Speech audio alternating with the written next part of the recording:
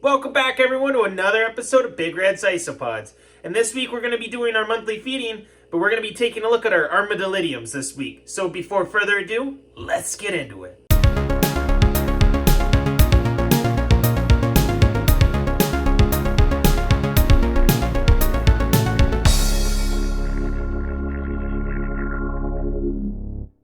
Alright guys, so first we're going to start by taking a look at probably one of my favorite species of Armadillidiums is Armadillidium aficionatus. Obviously you guys know I've talked about these guys lots. Longest living isopod in the world. Beautiful little guy. Such little tanks they are. Curl up into tight little balls. Beautiful isopod. Actually one of the only isopods known to create a hissing sound, just like Madagascar cockroaches do, which is really awesome, really interesting. It's a great culture I've got here. Lots of isopods all over the place running around. Definitely one of my most favorite cultures. I really enjoy this one. Probably also one of my longest had cultures. I started out with just a couple of individuals. I think I got between 8 and 10 when I first started off. I'm sure there's a video I could go back to, or you guys could go back to, that would explain when I first got these and how many there were, but I can't quite remember right now. They're really active right now, but I find these guys tend to be more active during the night. I think they're just excited because it's feeding time and they finally have a high enough number in their culture here that they're not going to be too scared of me. So I'm going to give them a decent amount of fish food here. Again, I know you guys have asked, this is just normal branding fish food. I buy it in bulk bags, bring it over, feed the isopods with it. Nothing too expensive. I got a lot of isopods to feed, so I don't really want to buy anything too terribly expensive, but they're going to enjoy whatever fish flake you give them. They don't really need higher end stuff. They just need some sort of protein, and fish flake does it great. These guys are detrivores. They'll eat dead, decaying things in the wild. This food's not going to hurt them none. And finally, I'm just going to give these guys actually a little piece of potato this week. That's what I'm going to be feeding them. Just some potato slices. They'll eat that up, no problem. It's probably something similar to what they would find in the wild anyway. Some bits of root and whatnot, because these guys love to chew on roots. And that'll be that for a week. Next, we're going to be taking a look at my Armadillidium clugiai culture. Now, the clugiai is definitely one of fan favorites. I know that a lot of people love these isopods. Now, this isn't the Montenegro culture. I don't actually have Montenegro. This is, I do believe, Serbia. So it doesn't have the yellow dots on it. It just has the white dots on it, but it also has the red skirt. So it's still a beautiful isopod. Just beautiful. And the culture's doing really well. You can see there's all different ages of isopods in here, from adults all the way down to young.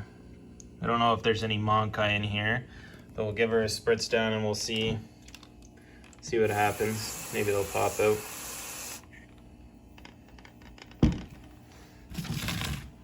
It's definitely one of the more beautiful species I have of Armadillidium, or that you can get of Armadillidium, just because of the colorations that are on it.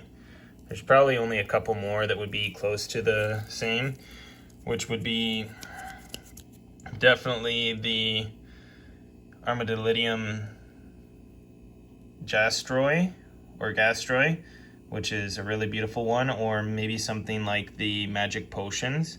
Those are the only ones that are going to come close in comparison to how beautiful this species is, with the red skirt and the white and possibly yellow polka dots that you can get in some of the morphs. But yeah, there's lots of isopods all throughout here. They're really going to enjoy that. And again, just like the other one, I'm going to give them a little bit of potato here. Not too much, just a good slice. Put a little bit there. And a little bit.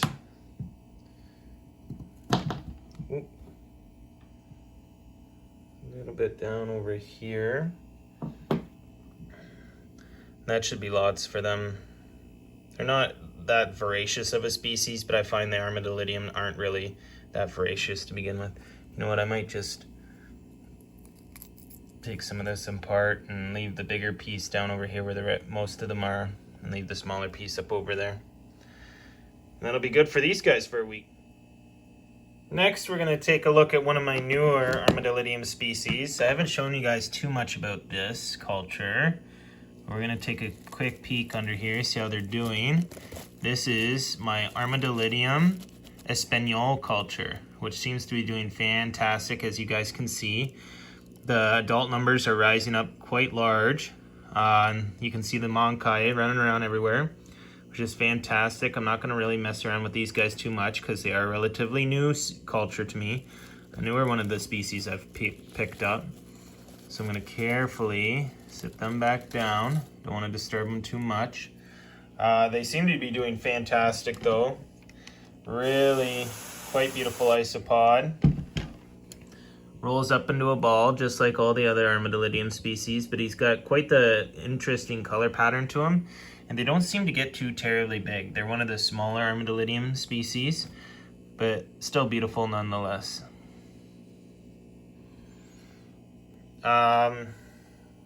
When it comes to these guys, I just give them a little bit of food due to the fact that they're kind of new. There's still a lot of the stuff in the soil that they can chew on, munch away at. This will probably be one of the bigger feedings I've ever given them. I usually just give a little bit of a sprinkle and give them maybe a little bit of vegetable. I'm going to give them a little bit of potato here, but it's not going to be much. Just going to kind of scrape a couple flakes off the side. That should be good enough for them. They still got lots, like I said, in the soil for them to eat away at yet. And the culture's not too terribly big. It's getting up there. There's a lot more in there than I thought there was. So I am going to add another piece, but they aren't going to need too terribly much. Alright, so next we're going to be taking a look at my two cultures of Armadillidium hereke. These ones here are definitely one of my favorite isopods as well. Really bland isopod. I know not a lot of people are interested in blander isopods. I do really like some of the more bland isopods just because of the way they look. I find these are a really unique isopod in the way that they're kind of shaped. So if we take a look here, let's see if I can get some more light here. The way that they're shaped is very interesting compared to a lot of the other Armadillidiums. These guys are really flattened out. They've got really spiky sides, as you can see here, where it's not quite like a full circle, and actually if they curl up into more of a teardrop shape than they do a ball. Both these cultures have a lot of isopods in them. They're mostly in the leaf litter because they love leaf litter. They love eating away at leaf litter. It's actually one of their main portions of their diet is leaf litter when it comes to these guys. I find they eat more of that than anything else. But I really love their skirt and how it makes them look a lot like a trilobite.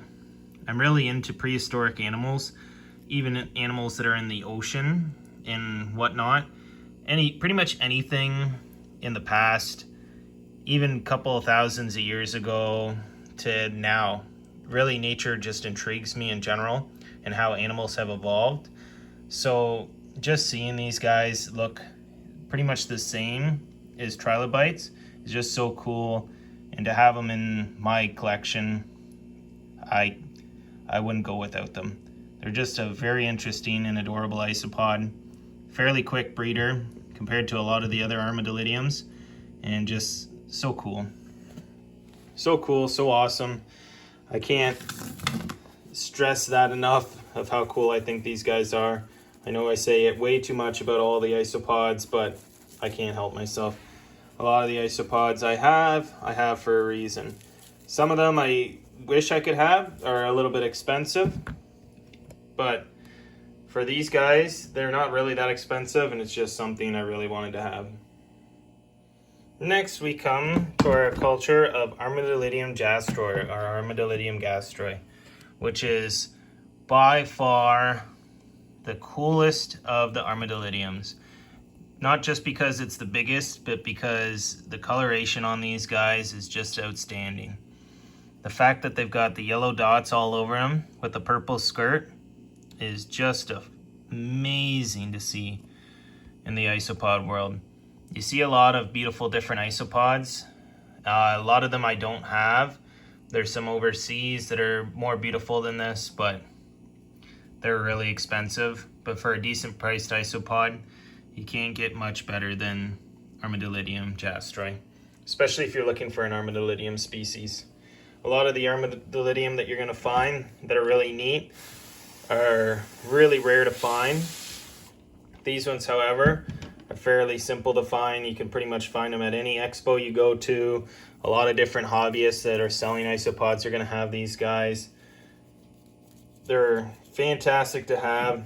I can't stress that enough. You guys know I've mentioned in, I think, my previous video and a lot of the other ones that I always like to have the world's best, and these are the world's biggest of the Armadillidium, so I had to have them. Alright guys, I don't think there's any other isopod any more iconic than this one. This is the Armadillidium maculatum zebras, which are just a beautiful isopod. You'll see these isopods on t-shirts, posters. Different people use these on their YouTube channel. It's a fantastic isopod. Beautiful, really quick at growing in numbers, as you guys can see here. You just got to be careful about crashes in numbers due to the fact that there's just so many. I'm actually going to add another piece of bark to this one here. Just going to add these couple extra pieces of bark in here just to give them some more space to kind of run around and roam. I find that any isopod species that doesn't have enough space for their young or for themselves tends to end up crashing. And this one breeds really quick. So now that the numbers are coming back up, if I don't give them enough space, it's going to end up crashing again. So I want to make sure that they've got enough moisture in there. And I want to make sure they have enough space in there.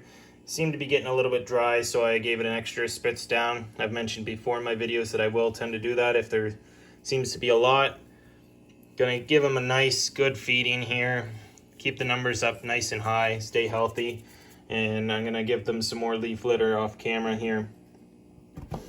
Another thing I'm gonna do is give them a decent amount of potatoes. They're gonna eat that up, no problem.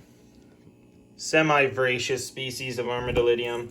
I wouldn't say it's the most voracious of the Armadillidium, but it's definitely way up there. That'll be enough for this week, and they got lots more space in there, so they're going to be happy, healthy, and that's fantastic for isopods. Now that it's full of leaves, that's what it looks like. Now what I'm about to say I know is going to be quite controversial, but this by far is my favorite species of isopod. And I know I love all isopods, but this one's got to be way up there, which is the Armadillidium vulgari, orange tangerine. Probably one of the hardest isopods I've had to keep. Not that they should be. A lot of people have had great ease with this isopod. It's a relatively easy isopod species to keep, the vulgari are. But unfortunately, I've had some issues with this culture, with die-off in the past, and it comes and it goes. As you can see, they're doing fine right now. They've got mankai in there, all different species sizes, but they are having die-off again. And I'm not too sure just why that is. It just seems to be my luck. The species I like the most tend to not do so well. Maybe it's because Armadillidium vulgari live in the area that I live in, and I do clean my leaf litter really well, but maybe there's bacteria on here that attack vulgari since they live in this area, they're native to this area, and maybe that's possibly why. I'm not too sure 100% on why I have such a hard time with them, but I do. But definitely, by far, my favorite isopod. I think they're just the most beautiful isopod. It's actually what my friend based the poster off of that you can see over there is Armadillidium vulgari, orange tangerine. My favorite isopod, so that was really nice of her. And the last Armadillidium species we're going to look at today, an Armadillidium species I've had lots of trouble with in the past, but has been slowly coming back. Armadillidium vulgari, magic potion. which is a beautiful, beautiful yellow and black speckled clear isopod.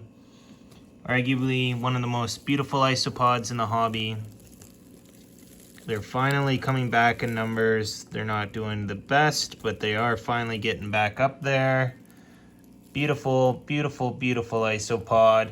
Fantastic to see that their numbers are finally coming back. I'm not going to mess around with them too much due to the fact that their numbers were down for so long. I don't want to risk them getting any sort of disease from any of the other cultures. I did wash my hands really well. Going to give them just a little bit of potato here. And that'll be pretty much all I'm going to give them. I will give them a little bit of fish flake, I guess, just to be safe, to try to get them back up to where they need to be and give them a little bit of protein.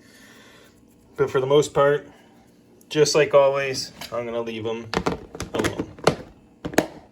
Well, that's it for this week's feeding video, guys. I hope you really enjoyed seeing my Armadillidium species. Probably really the reason why I know I got into isopods was the Armadillidium vulgari, which is a really classic isopod. I know if you live in Canada or the United States or the United Kingdom, anywhere around those areas, you're going to deal with the Armadillidium species. It's probably going to be something that you know very well from your childhood. Either the vulgari or the nisotum. I don't have any nisotums, but I do know that they are extremely popular in the trade as well, in the isopod hobby. So whether it's Armadillidium vulgari or Armadillidium nisotum, I know you guys have seen them as young kids or when you're rummaging around in your gardens. I know you've seen these isopods, so it's probably the reason why you guys are here watching this. So as always, please do not forget to like, comment, and subscribe, and I will see you guys all again next week. All right, bye.